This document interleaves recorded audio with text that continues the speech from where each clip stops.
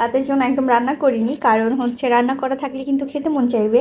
মানে গতকালকে দিনের বেলা 9:30টার দিকে চুরি হয়েছে। অনেকগুলো টাকা নিয়েছে, প্রায় 22 লাখ টাকার মতো নিয়ে গিয়েছে। টুকটাক তো গোল্ড। না, আমি রাগ করে ছেড়ে দিব না, আমি সত্যি সত্যি ছেড়ে দিব মন থেকে। কিছু বলবে না। ওয়াও, প্যারাগনের চিকেন সামুচা। ওয়াও, এটা কি? সো হ্যালো এভরিওয়ান, আসসালামু আলাইকুম। কেমন আছো সবাই? আই হোপ সবাই ভালো আছো, সুস্থ আছো। সুরাইয়ানিয়াস ফ্যামিলি ব্লগে সবাইকে স্বাগতম জানিয়ে শুরু করছি আজকের ব্লগটি। প্রতিদিনের মতো আজকে ব্লগটিও কিন্তু আমি সকাল থেকেই শুরু করছি। এই তো আমার হাজব্যান্ডকে একটু কাজে লাগিয়ে দিয়েছি।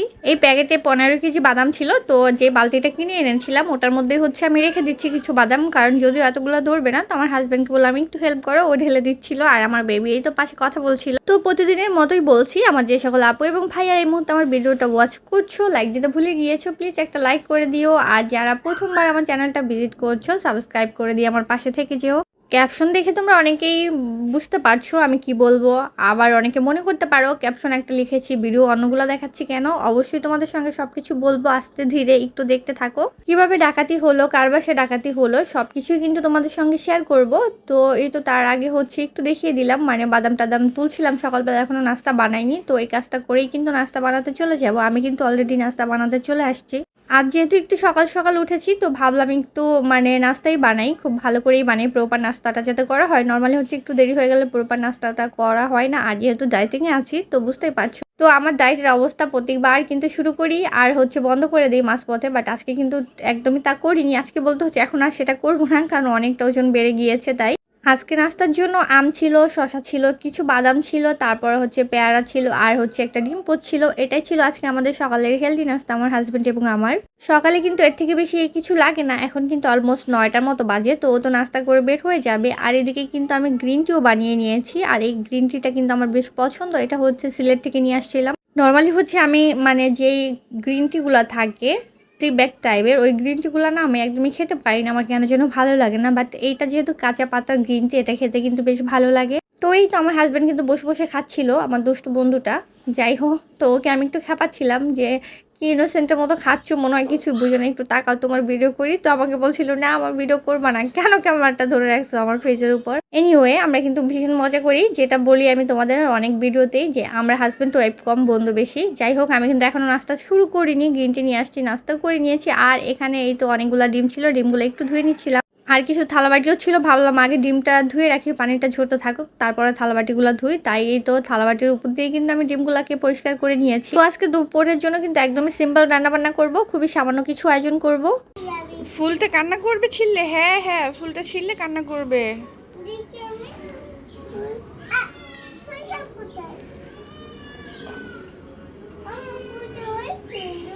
হ্যাঁ মা, ফুলটা ধরে না, ধরে না, এটা বড় হবে, বড় হবে। হ্যাঁ, ধরে না, চেক করলে আর এটা বড় হবে না মাম্মি। তুমি দূর থেকে দেখো, যখন বড় ফুল হবে তখন আমি তোমাকে ছিঁড়ে দিব, ঠিক আছে? ওকে মা, আসো। না, আমি রাগ করে ছেড়ে দিব না, আমি সত্যি সত্যি ছেড়ে দিব মন থেকে।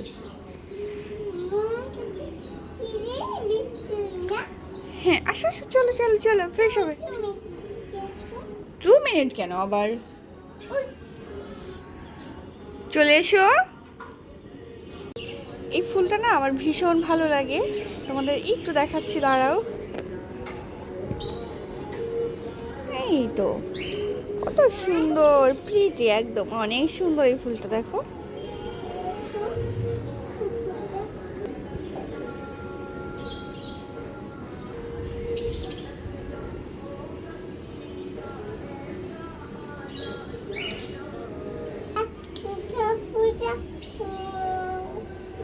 হ্যাঁ, এই দুইটা কিছুদিন পরেই ফুটবে, বড় হচ্ছে। আর এই পুরা গাছে মাত্র একটা সাদা ফুল আছে। হ্যাঁ,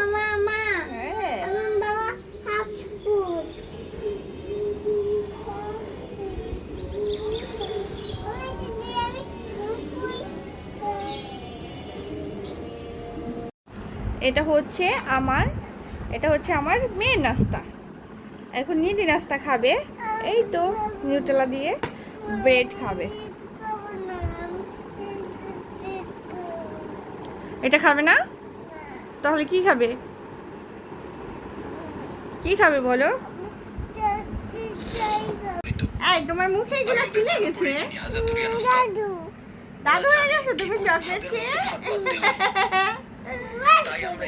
বাস করে দিব। তো বাচ্চাকে তো অনেক কষ্ট করে খাইয়েছি, কারণ ওকে 3-4টা খাবার অফার করেছি, কোনোটাই খাচ্ছিল না। পরে কিন্তু ও রুটি খেয়েছে 2 পিস নিউটেলা দিয়ে। আর এইরকম মানে তার কষ্ট কিন্তু সবসময় হয়ে থাকে খাবার দিলে সামনে। তো এই তো 4টা ডিম বসিয়েছি, আজকে ডিম দিয়ে চিচিং আলু দিয়ে রান্না করব। এই খাবারটা কখনো খাওয়া হয়নি, আজকে ফার্স্ট টাইম ট্রাই করব।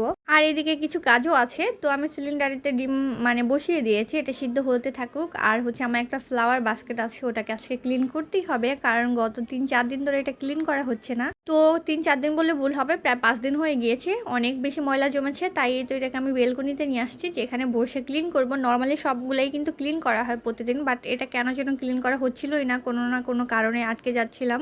যখনই এটা ক্লিন করার সময় আসে তখনই কেন যেন আটকে যাই। তো যাই হোক, আজকে কিন্তু শুরু করে দিয়েছি, যে ডিম সিদ্ধ হতে হতে কিন্তু আমার এটা হয়ে যাবে। তো অনেকক্ষণ কিন্তু তোমরা ওয়েট করে আছো। এবার আসল কথা বলছি, আমাদের যে বাড়িওয়ালা আছেন, তো ওনার হচ্ছে অনেকগুলো বাড়ি আছে লালবাগের মধ্যেই। একটা বাড়িতে চুরি হয়েছে, মানে গতকালকে দিনের বেলা 9:30টার দিকে চুরি হয়েছে। অনেকগুলো টাকা নিয়েছে, প্রায় 22 লাখ টাকার মতো নিয়ে গিয়েছে। টুকটাক তো গোলটোল সবারই বাসায় থাকে।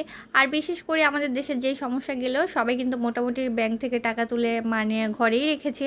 সবারই কিন্তু একটু আতঙ্ক ছিল, বা ব্যাংকে টাকা ছিল না, শেষ হয়ে যাচ্ছিল। যার যতটুকু সেভিং ছিল সবাই কিন্তু তুলে তুলে এনে নিজের কাছেই রাখছিল, যাতে পরবর্তীতে সমস্যা না হয়। তো আমার মনে হলো সেই দৃষ্টিকোণ থেকেই হয়তো বা ওনারা টাকাটা তুলে এনে রেখেছিলেন। না হয় 22 লাখ টাকা তো বাসায় রাখার কথা না, বাট কেন রাখছে সেটা জানি না। তো কাহিনী হচ্ছে, নর্মালি রাতেরবেলা ডাকাত আসবে এরকম গুজব বলো বা এরকম কিন্তু হচ্ছে, যতটুকু হচ্ছে তার থেকে বেশি কিন্তু গুজব ছড়ছে। তবুও কিন্তু মানে সবাই একটু অ্যালার্টই থাকে, বাট দিনের বেলা যে এই একটা অঘটন ঘটবে সেটা কিন্তু কেউ কল্পনাও করেনি। সকাল 9:30টার দিকে এরকম অবস্থা, তাদের কিন্তু অনেক মারধরও করেছে, একদম দেখা যায় অনেকে আহত হয়েছে খুব ভালোভাবেই। তো এটা নিয়ে তো আমাদের পুরো মহল্লাতে একদম শোরগোল পড়ে গিয়েছিল, যদিও আমি খুব পরে শুনেছি প্রতিটা বাসায় দেখা যায় সিকিউরিটি বাড়িয়ে দিয়েছে, মানে এটা একদম কল্পনার বাইরে ছিল। কি যে অবস্থা করেছে সেটা বলার মতো না। আমি যখন শুনেছি আমার হাজব্যান্ডের থেকে, দেন একটু খবর নিয়ে দেখলাম বাচ্চাগুলো প্রচণ্ড ভয় পেয়েছে, এক একজন ট্রমার মধ্যে চলে গিয়েছে। তারপরে হচ্ছে বাসা যারা ছিল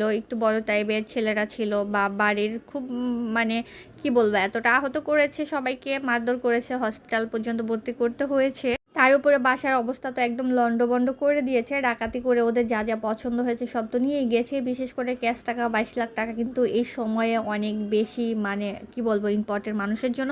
আর সবচেয়ে বড় কথা হচ্ছে, যার টাকা নিয়েছে 22 লাখ টাকা অনেক টাকা, এই টাকাটা সেভ করতে অনেকটা সময় কিন্তু লেগে যায়। এই ঘটনার পর থেকে কিন্তু আমাদের মহল্লাতে মানে সবাই মোটামুটি একটা আতঙ্ক ভয়েই ছিল। এতদিন কিন্তু আমাদের আশেপাশেও কিছু হয়নি লালবাগ এরিয়াতে, কিন্তু এই প্রথমবার এরকম একটা ঘটনা ঘটলো। সবাই কিন্তু যতটা মানে অবাক হয়েছে তার থেকে বেশি ভয় পাচ্ছে।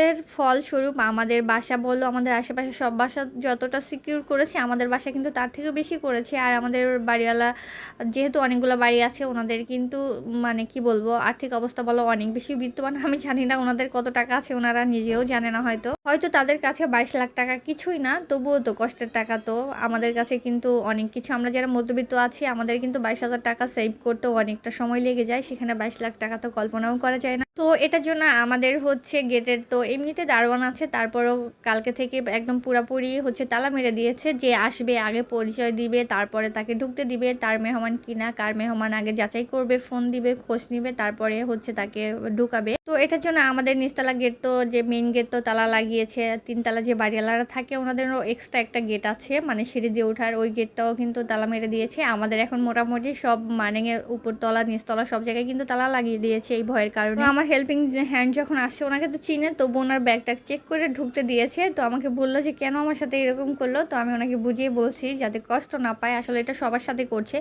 আমরা যে এতদিন ধরে এই বাসায় ভাড়া আছি, আমাদেরও কিন্তু কালকে আমার হাজব্যান্ডও আসছে, আমার হাজব্যান্ডের সাথে আগে কথা বলছে মানে দারোয়ান, তারপরে হচ্ছে গেট খুলে দিয়েছে, কারণ সবারই একটা সিকিউরিটি ব্যাপার আছে।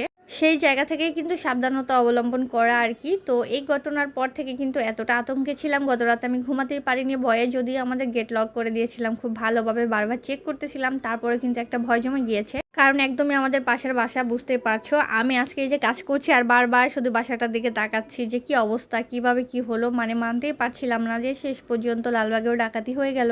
আমার হাজব্যান্ড আজকে যখন ডিউটিতে যাচ্ছিল ও কিন্তু আমাকে বারবার সাবধান করে দিয়ে গেছে যে কে আসলো না দেখে গেট কিন্তু খুলবে না, পুরা ভিতর থেকে লক করে দাও, তোমার হেল্পিং হ্যান্ড ছাড়া অন্য কেউ আসলে গেট খুলবে না, বাইরে থেকেই কথা বলবে। মানে যেহেতু আমি আর আমার বেবি থাকি, খুবই আতঙ্ক। তো যদিও আমাদের উপর পর্যন্ত আসতে অনেকগুলা দেখা যায়, মানে কি বলবো, অনেকগুলা গেটই টপকাতে হবে, বাড়িওয়ালার বাসায় টপকাতে হবে, তারপরে কিন্তু একটা ভয়ের জায়গা থেকেই যায়।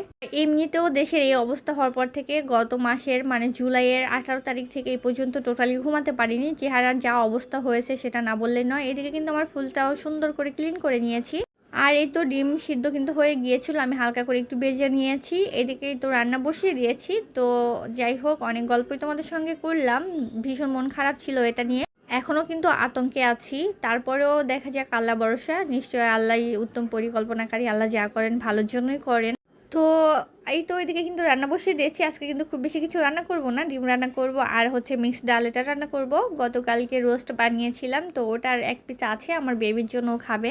আমি তো এদিকে রান্না বান্না করছি আর আমার বেবি কি করতেছে দেখো, ও ড্রয়ার থেকে সব কাপড় বের করে এনে এরকম করে সাজাচ্ছে। মানে এইগুলো হচ্ছে আমার বাচ্চার কাজ, কি আর বলবো, সারাক্ষণ কিন্তু এইসবই করতে থাকে।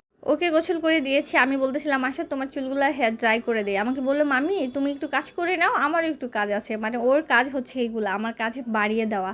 তো যাই হোক, ওই চুলগুলাকে একটুখানি ড্রাই করে দিয়ে আসছি, এসে কিন্তু রান্না শুরু করে দিয়েছি। কারণ আমার বেবিকে তো ঠিক টাইমে খাবার দিতে হবে। এখন কিন্তু ওকে ঠিক টাইমে একদমই খাবার দিতে পারি না, এলোমেলো হয়ে যায় সময়গুলো। এত অরাজকতার মধ্যে শহরে কিভাবে থাকবো জানি না, মাঝে মাঝে খুব ভয় হয়, মনে হয় গ্রামেই চলে যাই। মানে সব কিছু মিলে না কেন যেন একটা আতঙ্ক কাজ করে সব সময়। তবু আল্লাহ ভালো রেখেছে, সব সময় আল্লাহর কাছে শুকরিয়া আদায় করি। জানি না আমার ভিডিওর এই পর্যায়ে কোনো আপু বা ভাই আছো কিনা, যদি থেকে থাকো লাইক করতে ভুলে যাও তাহলে প্লিজ একটা লাইক করে দিও। আর যারা প্রথমবার আমার চ্যানেলটা ভিজিট করছো, সাবস্ক্রাইব করে দিয়ে আমার পাশে থেকে যেও।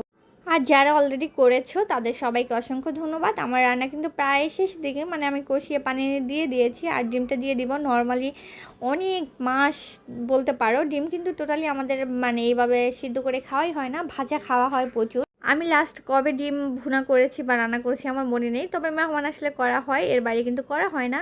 আর চিচিঙ্গাগুলা মনে হচ্ছিল নষ্ট হয়ে যাবে, তাই এভাবে একটা সবজি বানিয়ে ফেললাম। কেমন হবে খেতে জানি না, তবে আই হোপ ভালো হবে। আর এদিকে হচ্ছে হালকা হালকা লাইনের চুলাতে গ্যাস আসছে, তাই আমি হচ্ছে ডালটা বসিয়ে দিয়েছি যে যাতে সিদ্ধ হয়ে যায়। তো আমার তো ডিম ভুনাটাও হয়ে গিয়েছে, ডিমের ঝোল তরকারি, ভুনা নয়। আর এদিকে কিন্তু ডিমটা নামিয়ে কিন্তু আমি ভাতও বসিয়ে দিয়েছি, ভাতটা বলকও চলে আসছে। কারণ একটা একটা করে রান্না করলে অনেকটা সময় কিন্তু লেগে যায়, দুটো চুলা থাকলে কিন্তু এই প্রবলেমটা হয়তো বা হতো না। নর্মালি হচ্ছে আমার রান্নাঘরটা যেহেতু ভীষণ ছোট, তাই কিন্তু একটা চুলাই কিনেছিলাম তখন। তো এই তো এদিকে দেখো ডালটাও কিন্তু সিদ্ধ হয়ে গিয়েছে। আর এটা আজকে আমি একটু অন্যরকমভাবে রান্না করব, মানে সিদ্ধ করে তারপর হচ্ছে বাগার দিয়ে রান্না করব। এইভাবেও কিন্তু মিক্সড ডালটা রান্না করলে খেতে বেশ ভালো লাগে। তো ভাতটা কিন্তু প্রায় হয়ে গিয়েছে, ভাতে মাঠটা ফেলবো, ফেলে হচ্ছে আমার বেবিকে তাড়াতাড়ি খেতে দিব, অনেকটা লেট হয়ে গিয়েছে। তো ওর জন্য আগেই খাবারটা আমি রেডি করে নিয়েছি। ভাতটা যেহেতু গরম আছে, একটু ঠান্ডা হোক, আমরা মামি আজকে একসঙ্গেই খাবো, যেহেতু আমার হাজব্যান্ড থাকে না, আমরা কিন্তু একবারেই ভাতটা নিয়ে নিয়েছি, ওকে খাইয়ে দিব আর এই প্লেটে আমি খেয়ে ফেলবো। তবে এই পাশে কিন্তু ডালটাও হচ্ছে, তো ভাবলাম ভাতটা একটু ঠান্ডা হতে থাকুক, যেহেতু অনেক গরম আছে। আর আমি ডালে ফোড়নটা দিয়ে ডালটা একবারে বসিয়ে দেই, দেন হচ্ছে বেবিকে খাইয়ে দিব। আর ততক্ষণে কিন্তু আমার ডালটাও রান্না হয়ে যাবে। রান্নাবান্না শেষ করে খাওয়া দাওয়া কিন্তু শেষ। এই তো আমি কাপড় নিয়ে বসছিলাম একটু সেলাই কাজের জন্য, মানে কাপড়গুলো কাটবো বিছনায়। তো এর মধ্যে আমার হাজব্যান্ড আসছে আর আমার বেবিও কিন্তু ঘুম থেকে উঠে গিয়েছে, বিকালে একটু ঘুমিয়েছিল। এখন কিন্তু অলরেডি মানে মাগরিবের পরে সন্ধ্যাবেলাটা আজান দিয়েছে মাত্র। তো ওর জন্য সারপ্রাইজ নিয়ে আসছে। ওর বাবা প্রথমে খালি প্লেট দিয়েছিল, তার কিন্তু মন খারাপ হয়ে গিয়েছে। দেন এখন তো প্যাকেট পেয়ে খুব এক্সাইটেড হয়ে গিয়েছে। তো আমি বললাম বাবাকে একটা থ্যাংক ইউ বলে দাও। তো সুন্দর করে একটা থ্যাংক ইউ বলে দিল। আর হচ্ছে এই তোর বাবা খুলে দিচ্ছে ওর জন্য কী আনছে, ও কিন্তু প্যাকেট দেখে বুঝে গিয়েছে এটা বার্গার হবে। তো আমার মেয়ে সব সময় একটা কথা বলতে থাকবে, আমাকে কিছু সারপ্রাইজ কি দিতে পারো না, একটু খাবার সারপ্রাইজ দাও, অন্য কিছু দাও। মানে আসলে ছোট মানুষ তো সারাদিন একা একা কী বা করবে, ওর কাজই হচ্ছে এলোমেলো করা আর হাজারটা কথা বলা। তো আমার হাজব্যান্ডকে বললাম ওকে খুলে দাও, খুলে দিয়ে তো আমার মেয়ে ভীষণ খুশি হয়ে গিয়েছে, কারণ এর সঙ্গে একটা চিকেন ফ্রাইও ছিল। ও তো একদমই এটার জন্য প্রস্তুত ছিল না, ভেবেছিল শুধু বার্গারই হবে। তো আমি বললাম আমাকে দিবে না খেতে, তো আমাকে বলল তুমি খাবে। তো একটু ভেবেচিন্তে বললো ঠিক আছে মাম্মি তুমি চিকেনটাই খাও, আমি বার্গার খাই। তো আমি তো মানে হাসছিলাম যে ঠিক আছে বাবা তুমিই খাও, আমি খাবো না। বললো ঠিক আছে আমার বার্গার আছে, তুমি চিকেনটা নাও মাম্মি। দেন এটা কিন্তু জোর করে আমার হাতে দিয়ে দিয়েছে। অবশ্যই আমার বেবিকে বুঝিয়ে আমি ওকে দিয়ে দিয়েছি যে বাবা তুমি খাও, আমি পরে খাবো, আমার পেটটা একদম ভরে গিয়েছে, আমি এখন চা খাবো। চায়ের পানি বসিয়ে দিয়েছি, আর টুকটাক বাজার নিয়ে আসছিল আমার হাজব্যান্ড, সেগুলো আমি একটু উঠাচ্ছিলাম। তো এই তো কাঁচামরিচ আছে, এখানে মুড়ি টোস্ট আছে, এই ছোটো ছোটো টোস্টটা খেতে কিন্তু ভালো লাগে আমার কাছে। তো এখানে হচ্ছে ফ্রোজেন সমুচাও ছিল, তো আমি বললাম যে আগে কেন বলোনি সমুচা নিয়ে আসছো, কারণ অনেকক্ষণ ধরেই কিন্তু বাইরে ছিল প্যাকেটটা, আইসক্রিম ছিল, তাড়াতাড়ি সেটা ফ্রিজে রেখেছি। হলুদের গুঁড়া একদম শেষ হয়ে গিয়েছিল, তাই হলুদের গুঁড়াও নিয়ে আসছে। আর এখানে হচ্ছে মশালা, মানে ম্যাজিক মশালা ছিল। তো এটা নর্মালি হচ্ছে আমার কখনো খাওয়া হয়নি, তো এটার জন্য একটু ভালো করে দেখছিলাম। আর এই প্যাকেটের মধ্যে কি আছে সেটাকে খুলে খুলে বের করে দেখলাম যে এত ভারী কেন। তারপরে দেখলাম একটা নিউটেলা নিয়ে আসছে, কারণ আমার বেবি কিন্তু এটা অনেক পছন্দ করে। তো নর্মালি রুটি থাকলে ওকে আমার এটা দিয়ে দিতেই সুবিধা হয়, তাই যেহেতু। তো এই তো বাজারগুলো কিন্তু আমি একে একে সব তুলে রাখছিলাম। আর এখানে একটা অরেঞ্জ জেলিও আছে।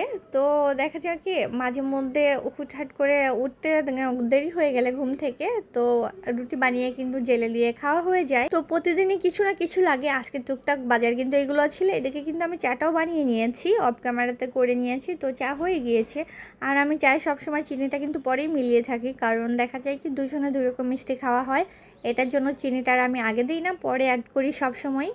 তো এখন যেহেতু একটু ডায়েটে আছি, একদমই সামান্য চিনি দিয়েছি, জানি না খেতে মজা লাগবে কিনা। আসলে দুধ চা চিনি ছাড়া কিন্তু একদমই মজা লাগে না খেতে, খুবই বাজে আসে টেস্ট। তবে যেহেতু আমি 2-3 বার চা খাই, আমি কিন্তু একদমই কমিয়ে দিয়েছি চা খাওয়া, মানে প্রতিদিন একবার। আজকে কিন্তু সকালেও খাইনি চাটা, গ্রিন টি খেয়েছিলাম সকালে। তো এটার জন্য একটু দুধ চা বানিয়েছি, আর 1 চামচ চিনি দিয়েছি, যে 1 চামচ পর্যন্ত নাকি খাওয়া যায় খুব ভালোভাবে। তো এটা সান্ত্বনা আর কি। যাই হোক, এখানে হচ্ছে আমার হাজব্যান্ড কিন্তু সমুচাও নিয়ে আসছিল। আর এই সমুচাটা আমার খেতে ভীষণ ভালো লাগে কেক টাউনের, যদিও প্রাইসটা নর্মালি অন্যান্য সমুচার থেকে অনেক বেশিই নিয়ে থাকে। এটার পার পিস মনে হয় 30 টাকা করে নেয়। তো এটা খেতে কিন্তু বেশ ভালো লাগে। তো এই তো এটাই হচ্ছে সন্ধ্যা নাস্তা বলো, রাতের খাবার বলো। রাতে কিন্তু একদম খাবো না আজকে, ওইভাবেই কিন্তু রান্না করেছি। যদি অনেক বেশি ক্ষুধা লেগে যায়, তো বেশি ক্ষুধা লেগে গেলে রাতে শসা বা আমটাম কিছু একটা খেয়ে নিব। তো আজকে রাতের খাবার এটাই ধরতে পারো। আজকে ভিডিওটা আর কিন্তু বড় করবো না, এখানে শেষ করে দিব। আমার যে সকল আপু এবং ভাইয়ারা ধৈর্য ধরে দেখেছে সবাইকে অসংখ্য ধন্যবাদ। সবার সুস্বাস্থ্য কামনা করছি, সবাই ভালো থেকে সুস্থ থেকো। আল্লাহ হাফিজ সবাইকে।